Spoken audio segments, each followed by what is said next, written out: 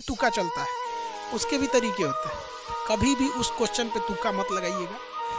Exam में आपको क्या करना है, टेंशन फ्री जाइएगा। सबसे पहले इत्मीनान से आप इतना समझिए, आपको पूरा में पूरा क्वेश्चन नहीं बनाना है, आपको टॉप तो करना नहीं है, पूरा का पूरा क्वेश्चन नहीं बनाना है। जो क्वेश्चन सबसे पहले इजी हो, जो एकदम इजी हो, इसे बनाना है, चाहे वो जिस भी सब्जेक्ट का हो, इसे बनाना है। उसके बाद मीडियम को बनाना है।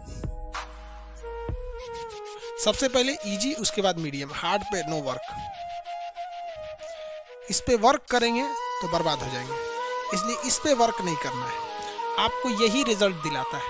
इवन आपको देखिए रिजल्ट कैसे होता है। एक क्वेश्चन होता है इजी, एक होता है मीडियम, एक होता है हार्ड। लड़का फेल होता है इसके चक्कर में। ये सब लोग बना लेते हैं, और जो इन दोनों को बना लिया रिजल्ट हो जाता है। रीजन क्या है, किसी भी एग्जाम में आप देखेंगे तो 40% क्वेश्चन इजी होते हैं, 40% क्वेश्चन मीडियम लेवल के होते हैं, 20% हार्ड होते हैं, 100% होते हैं। आप अगर इन दोनों को लेके चलते हैं ना तो 80% यही होता है। किसी भी एग्जाम के प्री को पास करने के लिए आपके पास 65% नंबर है, आप जीत जाएंगे, उस एग्जाम को पास कर जाएंगे। 65% चाहिए आपके पास, 65 से 70 बहुत हो गया। तो आपको हार्ड वाले पे नहीं जाना है। हार्ड वाले पे आप तुक्का का प्रयोग कर सकते हैं। रीजन क्या है कि तुक्का में माइनस मार्किंग बहुत कम के बराबर होता है, 1/3, तो ज़्यादा नहीं होता है। लेकिन इसे सॉल्व करने की कोशिश करके अगर फंसिएगा तो फिर ये आपकी बेवकूफ़ी है। आप इन दोनों को सिक्योर कर लेंगे तो आसान हो जाएगा, पहला चीज़। दूसरा, जैसे जैसे आपका टिक लगाते जाएंगे, OMR बढ़ते जाएगा, उसको भरते जाइएगा। जैसे मान लीजिए आपने कोई पेपर खोला, इस साइड इंग्लिश होगा, इस साइड हिंदी होगा, इधर 7 से 8 क्वेश्चन एक साइड में रहते हैं, 6 क्वेश्चन में 8 क्वेश्चन जो भी रहा। जब ये पेज सॉल्व कर लेंगे तो इसमें जितना सही किए हैं उसको एक बार लगा लीजिएगा कि इस पेज में मान लीजिए 8 क्वेश्चन है और आपने 5 को आंसर पता है, 5 को टिक लगा दी। OMR लेके 5 को रंग लीजिएगा या टिक कर लेंगे। या ऑनलाइन जो ऑनलाइन वाली एग्जाम होते हैं उसमें जो पढ़ लिए हैं उसको टिक करते जाते। कुछ लड़के क्या करते हैं, एक ही बार पूरा टिक मार लेते हैं, लास्ट में बैठ के रंगते हैं। उनके ऊपर एक एक्स्ट्रा प्रेशर रहता है, लास्ट में कभी वो रंगने के बाद भी छूट जाता है उन लोग का, कभी कुछ होता है। ये सब नहीं करिएगा, दिमाग से प्रेशर हटाइएगा।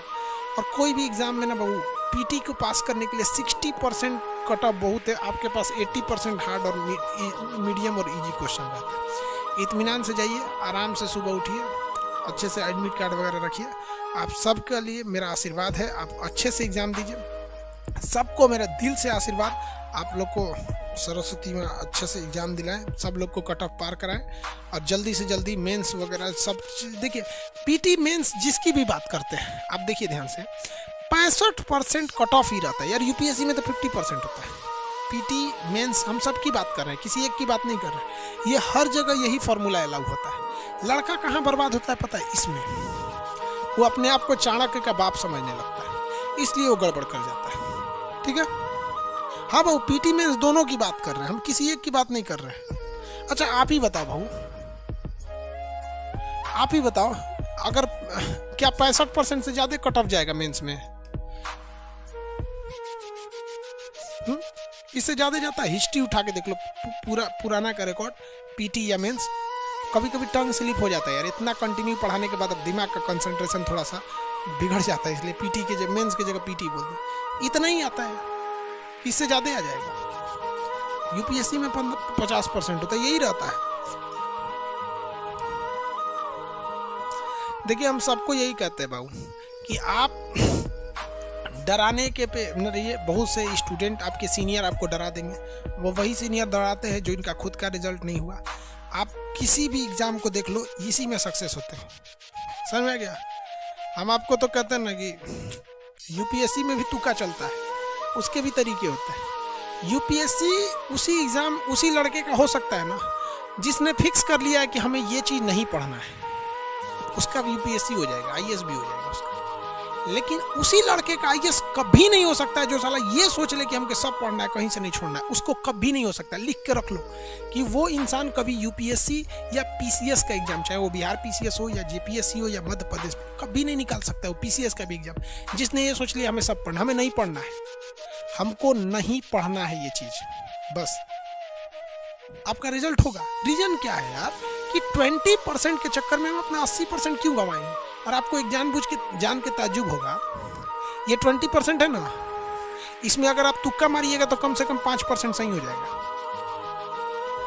बिना पढ़े भी अगर तुक्का मारेंगे 5 इसमें तो सही हो जाएगा, क्योंकि आप प्रोबेबिलिटी निकालिए ना, 4 ऑप्शन रहता है ना, 4 ऑप्शन, तो 4 ऑप्शन में प्रोबेबिलिटी 1/3 की होती है, 5% तो ऐसे ही सही हो जाएगा।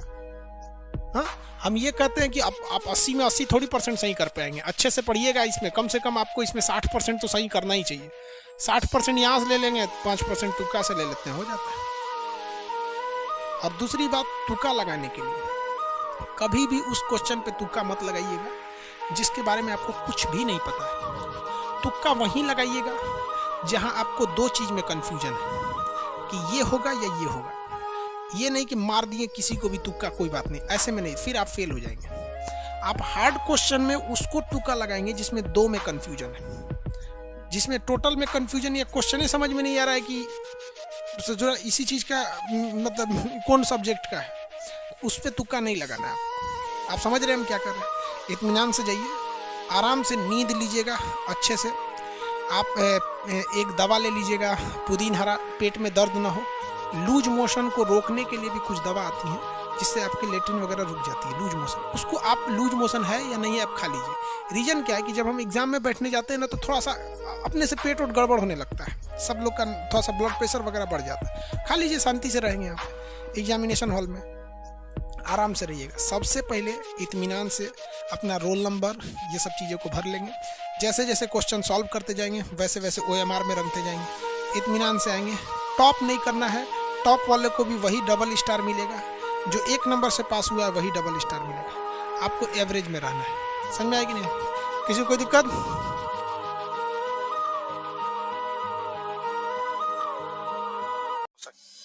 बचपन में ना मेरी प्रिंसिपल मैडम थी, क्रिश्चियन स्कूल में पढ़े थे, CBSE बोर्ड। तो वो बोली थी कि बेटा देखो, तुमको अगर अपनी पहचान बतानी है ना, तो अपने पिता का सहारा लेना पड़ता है। तो कहती थी कि बेटा तुम लोग ऐसा काम करो ना कि आने वाले 10-20 साल बाद जब तुम बड़े हो, तो जब तुम्हारे पिता को अपनी पहचान बतानी पड़े ना, तो उन्हें अपने पिता का सहारा ना लेना पड़े, बल्कि अपने बेटा का सहारा लेना पड़े कि मैं इनका पिता हूँ। देखिए, अगर एक डॉक्टर ये सोचने लगे ना कि हम डॉक्टर हैं, तो फिर मरीज का अच्छा से इलाज नहीं कर पाएगा। अगर डॉक्टर ये सोचे ना कि हम भी मरीज हैं और ये सोच के वो इंजेक्शन लगाए कि हम अपने को लगा रहे हैं, तो फिर उस मरीज को बड़ा कम दर्द होगा। तो टीचर जब ये सोच के पढ़ाने लगेगा ना कि हम टीचर हैं, तो फिर स्टूडेंट को समझने में दिक्कत आ जाएगा। तो टीचर को ये सोचना चाहिए ना कि हम भी एज एक स्टूडेंट की तरह ही और एकदम मिनिमम भाषा, मतलब एकदम नॉर्मल भाषा में उसे समझा सके। तो इसलिए आदमी को खोजते रहता है किस भाषा को वो समझ सकता है, इसलिए आदमी उस भाषा में बताता है।